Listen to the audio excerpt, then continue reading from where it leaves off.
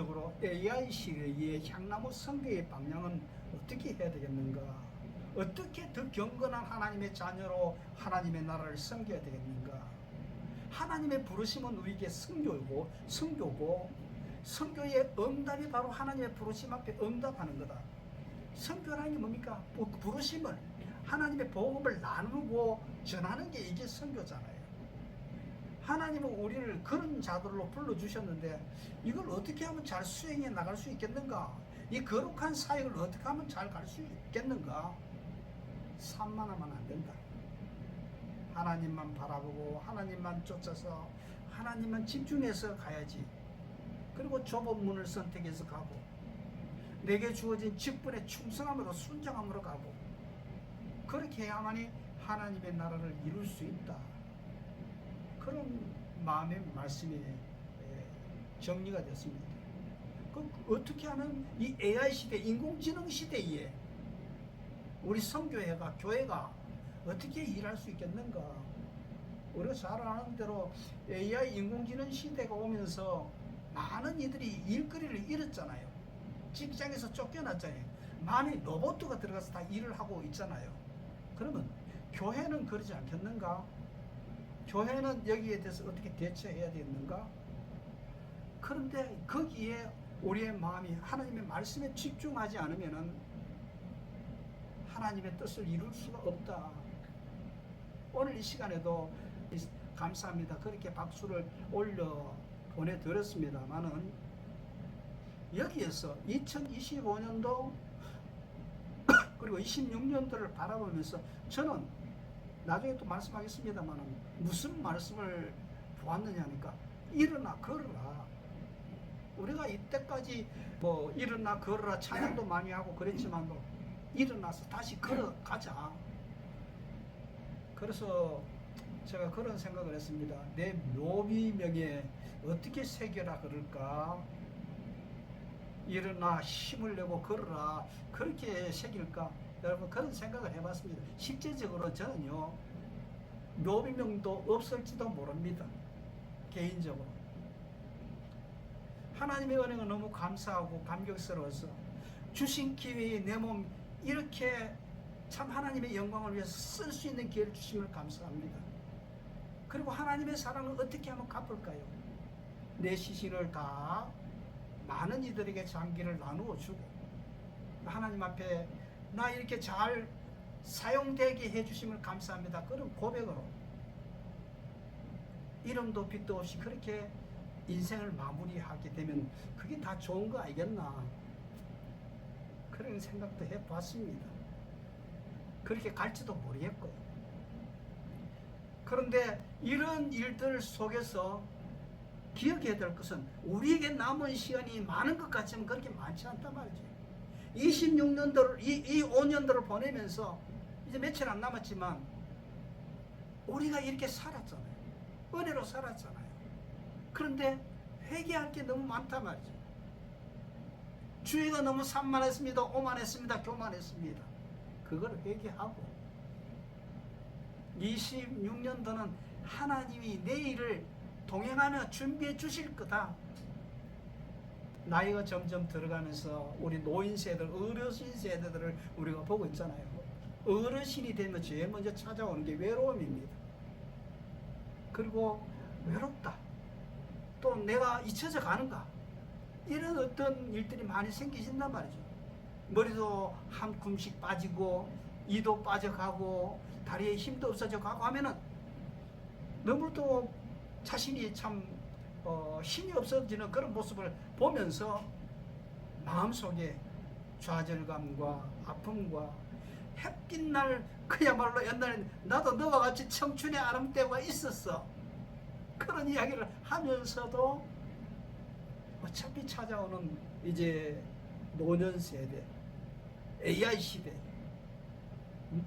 노년이 아니라도 지금 젊은 세대들도 AI 시대에 대처를 하고 준비를 하려면 로봇가 다 할 건데 필요 없는 존재가 될 건데 그런 것도 생각하지 않겠어요? 제가 지난 한 주간 동안 그래서 이 휴가를 가지면서 AI 시대에 하나님의 자녀들에게 경건한 하나님의 자손들을 어떻게 준비하고 어떻게 살아야 될 것인가, 그게 말씀이었고, 그게 말씀의 내용이 오늘 이 본문 말씀 나중에 이제 소개되겠습니다만 그 주제다 말이에요. 그렇게 방향을 잡고 오늘 설교를 들으시면 좋겠고요.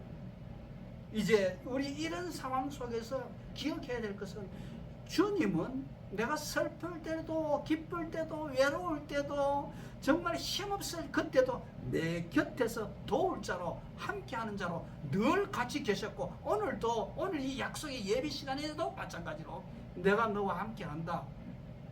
그래서 우리가 임마누엘 할렐루야 그러잖아요. 그거 보통 아닙니다. 제 신앙 고백은. 그런 하나님을 우리가 만났고 그 하나님의 은혜로 오늘이 있는 이 예배가 있는 이것을 하나님 앞에 영광 돌리면, 이 그런 의미에서 3절 한번 찬양하겠습니다. 요한복음 21장. 그 후에 예수께서 디베랴 바다에서 또 제자들에게 자기를 나타나 있었으니 나타내신 일이 이러하니라. 시몬 베드로와 디두모라 하는 도마와 갈릴리 가나 사람 나다니엘과 세베대의 아들들과 또 다른 제자 둘이 함께 있더니, 시몬 베드로가 나는 물고기 잡으러 가노라 하매 저희가 우리도 함께 가겠다 하고 나가서 배에 올랐으나 이 밤에 아무것도 잡지 못하였더니, 날이 새어 갈 때에 예수께서 바닷가에 서셨으나 제자들이 예수인 줄 알지 못하는지라. 예수께서 이르시되 얘들아 너희에게 고기가 있느냐 대답하되 없나이다. 가라사대 그물을 배 오른편에 던지라. 그리하면 얻으리라 하신대, 이에 던졌더니 고기가 많이 그물을 들 수 없더라. 예수의 사랑하시는 그 제자가 베드로에게 이르되 주시라 하니, 시몬 베드로가 벗고 있다가 주라 하는 말에 듣고 곁옷을 두른 후에 바다로 뛰어내리더라. 다른 제자들은 육지에서 산 거가 불과 한 50간쯤 되므로 작은 배를 타고 고기 든 그물을 끌고 와서 육지에 올라보니 숯불이 있는데 그 위에 생선이 놓였고 떡도 있더라. 예수께서 가라사대 지금 잡은 생선을 좀 가져오라 하신대, 시몬 베드로가 올라가서 그물을 육지에 끌어올리니 가득히 찬 큰 고기가 153마리라.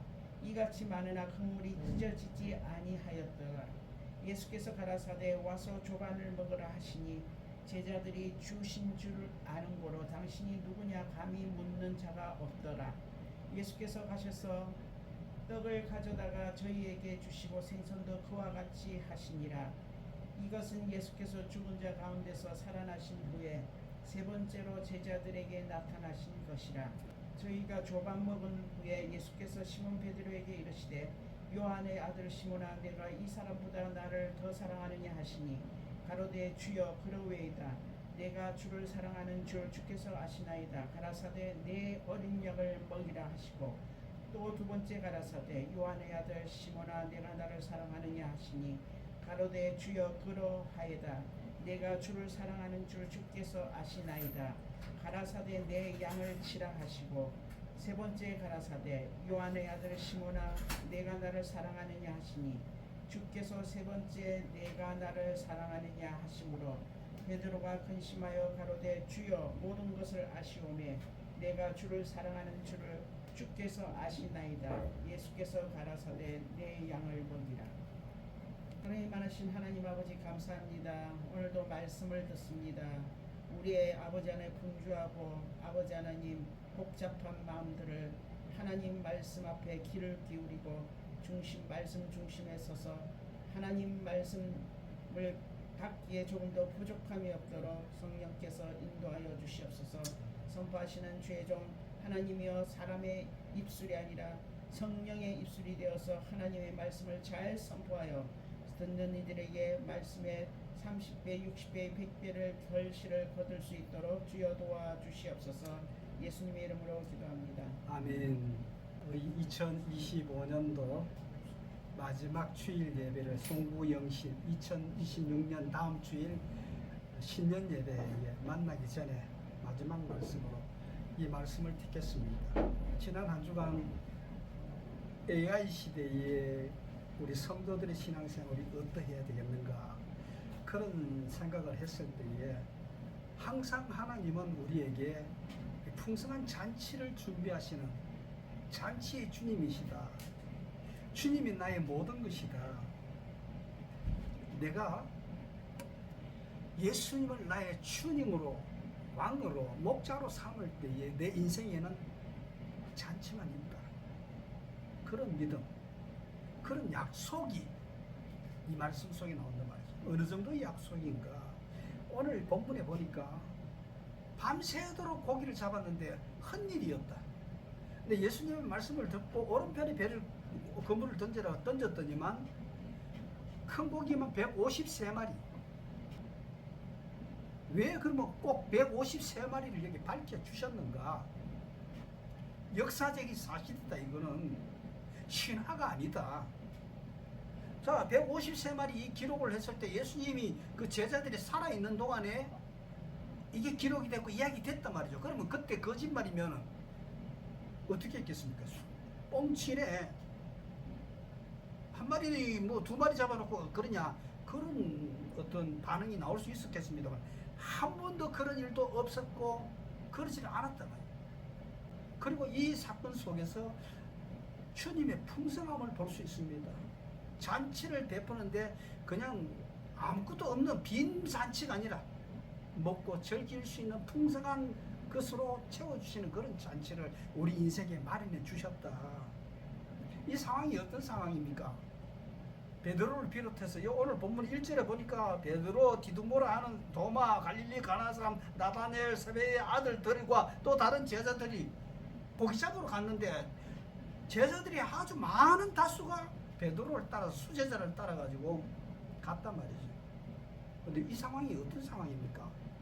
예수님이 십자가에 못 박히신 후에 돌아가셨다가 부활하셔서 제자들이 가면 나타나셨고, 그 다음에 이번에 말씀이 끝부분만 세 번째 나타나신 사건이다. 14절이잖아요. 죽은 자 가운데 살아나신 후에 세 번째로 제자들에게 나타나신 사건이다. 제자들의 마음이 정말 우리가 생각할 수 있죠. 우리 2025년을 지내면서 하나님 앞에 어떤 마음입니까? 베드로 같은 마음입니다. 25년도 산다고 살았는데 신앙적으로는 실패한 삶이었습니다. 하나님 앞에 충성되게 일을 감당하지 못했습니다. 직분 주신 것에 대해서 충성하지 못했습니다. 그런 회개하는 마음으로, 돌아오는 탕자의 마음으로, 베드로의 마음으로 이 말씀을 받자 25년도를 그렇게 정리하자, 그런 마음에 이 말씀을 생각합니다. 인생을 살아가면서 하나님 앞에 꽃을 피우고 멋있는 일을 만드는 게 인생의 목적이 아니에요. 잘 들으세요. 우리가 인생을 사는 목적은 하나님의 말씀에 순종하는 것이고 하나님 주신 그 사명에 응답하기 위해서, 그게 목적이지 꽃을 피우나 안 피우나 열매가 있거나 없거나 그거는 우리에게는 상관없는 일들이다. 이런 믿음이 우리에게 필요하단 말이죠. 이런 교회, 이런 성교회가 AI 시대의 향나무 성교회의 모습이어야 한단 말이죠. 하나님은 지난주에도 우리가 이야기했습니다만 모든 각자에게 은사를 주시고 선물을 주신다 그랬잖아요. 모세에게 지팡이를 주셔서 내가 이걸 던져버리면 뱀으로 변해버리고 이걸 잡으면은 하나님의 기적을 행하는, 홍해를 가르는 기적의 지팡이가 된단 말이죠. 이 지팡이를 하나님의 능력으로 붙들고 바위를 때리면 바위에서 물이 나오는 것이고 백성을 인도하는 것이고, 내가 이걸 던져버리면 나는 아무것도 아닌 거예요. 예수 그리스도가 모든 것, 인생의 모든 것이다 말이죠. 세상의 가장 큰 복은 예수님이 나의 주님이 되어주신 복입니다. 내가 예수를 믿고 영생한 하나님의 나라까지 꾸준하게 걸어가는, 이게 하나님의 복입니다. 오늘 본문 말씀에서 베드로가 뭘 이야기하고 있습니까? 인생이 무엇인가를 이야기해 주지 않습니까? 예수님은 그 인생의 답변을 어떻게 오셨습니까? 갈릴리로 찾아오셨다. 베드로를 처음 부르신 장소가 갈릴리 바닷가에 제자로 불러 나를 따라오느라 제자로 삼으리라. 제자가 됐어요. 3년 동안 다녔어요. 그러나 지금은 그 마음이 변질이 되어가지고 물고기 잡으러 오고 가룟 유다와 같이, 가룟 유다는 예수님을 팔았지만 꼭 예수님을 팔아야 파는 겁니까? 예수님 모른다. 나 이대로 안 살고 이제 딴 길 가리라. 이게 예수님 파는 거죠. 부름받은 제자가. 부름받은 제자가 가룟 유다가 안 되려고 그러면 어떻습니까? 아까도 이제 꽃 피우는 게 아니고 열매가 없더라도 계속 주님을 순종함으로 따라가는 게 제자의 모습들이란 말이죠. 오늘 이 마지막 주일을 지나면서 여러분들 심령 속에 내가 주님을 쫓아가리라 끝없이. 그런데 베드로와 같이 실패할 수밖에 없는 인생입니다. 그렇잖아요. 왜 실패했습니까? 그 마음이 산만해졌어요. 미래에 대해서 불안해졌어요. 하나님만 목자 삼고 가면 되는데 그걸 안 하고 내가 욕심이 불었단 말이죠. 옛날에 돈 많이 벌 때 물고기 잡아서 그냥 떵떵거릴 그때가 기억이 났어요. 내가 벤츠 타고 내가 어떤 집을 한 채 사고 이런 그런 것에 눈이 빠졌단 말이에요. 시선이 뺏겼단 말이에요. 여러분도 우리 그리스도인들은요, BMW 차가 제일 좋습니다. BMW 차가 뭔지 아세요? 버스 타고 메트로 타고 워킹하는 거, 이게 우리 그리스도인이 얼마나 좋은 선물인지 몰라요. 건강의 선물이죠. 하나님 늘 동행하는 묵상에서 운전하면요, 여러분들 생각이 딴 게 생각이 안 들어져요. 딴 생각하다 보면 사고 나요.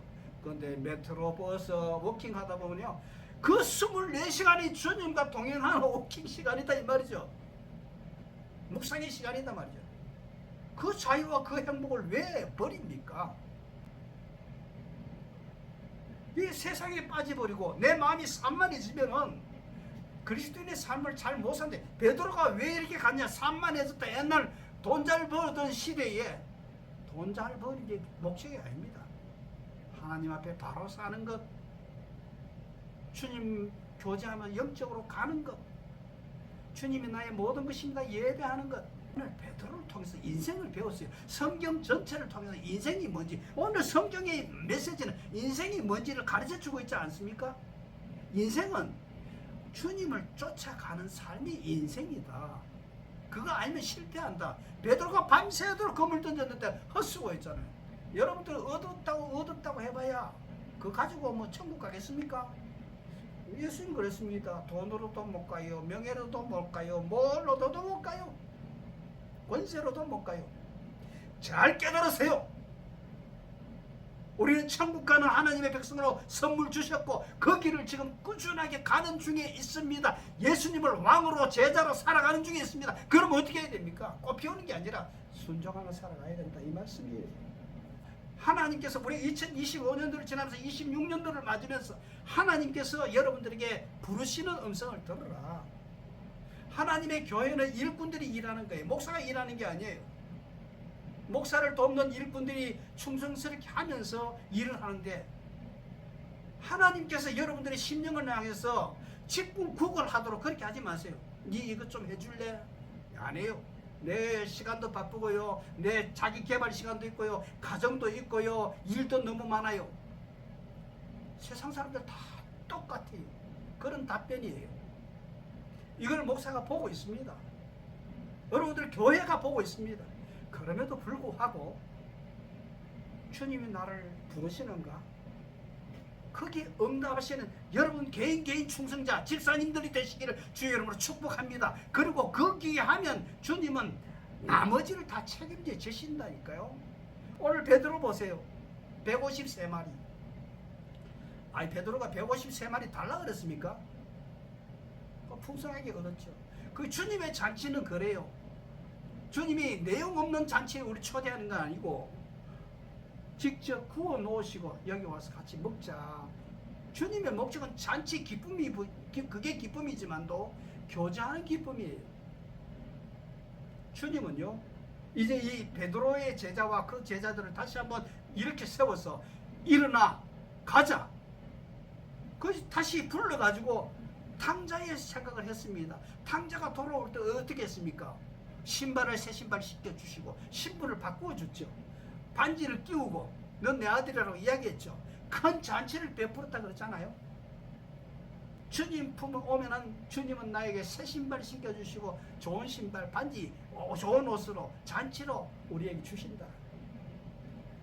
저는 이게 전국적으로 천국에서 그런 일이 일어날 줄로 믿습니다. 천국 가기 전에도 우리에게 이러한 동일한 은혜를 풍성하게 주시기를 주 여러분을 축복합니다. 우리 성도님들에게. 그러기 위해서는 우리가 주께로 돌아가자. 2025년도 내가 실패도 했지만도 베드로와 같이 도망도 갔지만도 이제 다시 돌아와서 2026년도 새 마음 새 신발 신고 탕자로서 이제 돌아온 자녀로 돌아가자.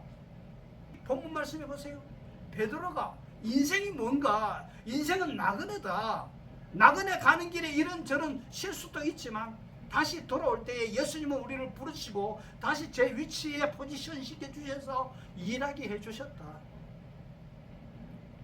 그리고 거기에서 이제 오늘 이 본문의 말씀의 내용이 나옵니다. 여러분들 보내드린 필레오로 사랑하는 거예요. 필레오는 뭐냐니까 친구 간의 우정입니다. 친구 간의. 그러니까 내 사랑합니다. 그때 이야기할 때 뭐라 그럽니까? 여기에 보면 헬라 원문을 보면 보스케라는 말로 쓰고 있어요. 그 위에 이야기할 때는 내 양을 먹이라. 여기에 두 번째 할 때는 보스케 그래가지고 내 양을 치라는 거예요. 치라라는 말은 뭐니까 처음에 내 양을 먹이라는 것은 아주 어린 양이 태어났을 때에 젖을 먹이는 것 같이 그렇게 먹이는 걸 말하는 거예요. 두 번째 치라는 건 뭐냐니까 키우라는 거예요. 양육하라는 그런 의미예요. 이 부분에 대해서 베드로 사도는 그 베드로전서 5장에 보면은요, 그 장로들에게 직분자들에게 내 어린 양을 이렇게 먹이라 키우라 하는 그런 메시지로 말해주고 있습니다. 이 짧은 원문 속에서만도 여러 깊은 의미들이 가지고 있어요. 우리 그리스도인이 2025년, 26년도로 들어갈 때 몇 안 되는 우리의 식구들이지만 베드로에게 주어진 이 명령, 먹이라, 치라, 이 명령을 받는 거예요. 사랑하라. 그 다음에 우리가 주의 일을 하면서요, 사랑 없이 일하는 건 아무것도 아닙니다.